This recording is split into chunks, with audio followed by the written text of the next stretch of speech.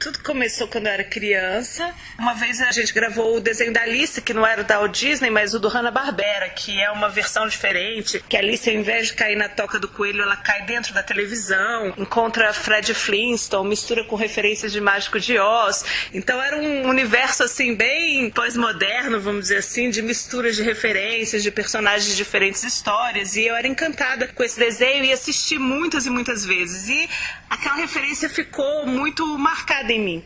Só que bem mais tarde, quando eu fiz 9 anos, mais ou menos, eu ganhei de presente um livro da Alice. E era um livro que os personagens todos eram desenhos estilizados e a Alice era um desenho muito realista de uma menina, de verdade, uma menina morena, né? Ao contrário da referência do Walt Disney, que era aquela menina loura, certinha. Essa era uma menina mais estranha, assim, mais assustada. E aí eu comecei a me identificar com ela, porque eu acho que, pra mim, infância sempre foi um espaço assim meio conflituoso, meio angustiado. Eu queria crescer, eu não sabia quem eu era.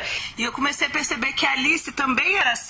Foi a primeira vez que eu vi uma referência fora de mim que dava espaço para eu aceitar essas contradições, né? Eu ganhei, quando eu tinha 15 anos, o livro da Sumos, com a tradução do Sebastião Uchoa-Leite, e um prefácio bem complexo, falando das diferentes leituras da obra, né? Eu vi que, apesar de eu ter toda aquela identificação infantil com o livro, tinha uma dimensão mais adulta que até então para mim era inédita.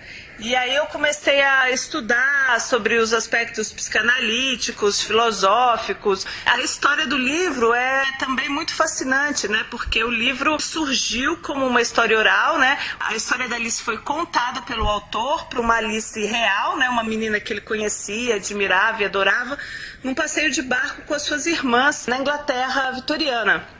E essa história dele ter dado para ela de presente um manuscrito que ele mesmo desenhou, porque o próprio autor de Alice foi o primeiro ilustrador da história, coisa que muita gente não sabe, dá uma magia, um encantamento extra para a história, porque se percebe que aquele livro foi um livro dado de presente para uma menina e depois se transformou numa referência universal que quase 150 anos depois ainda estão se fazendo filmes. No início da década de 90 eu fui ver uma exposição de ilustradores de Alice, né, em Brasília. E quando eu vi aquela exposição, eu fiquei tão encantada que eu saí de lá, assim, fechei os olhos e falei assim, o que eu mais quero fazer na minha vida hoje?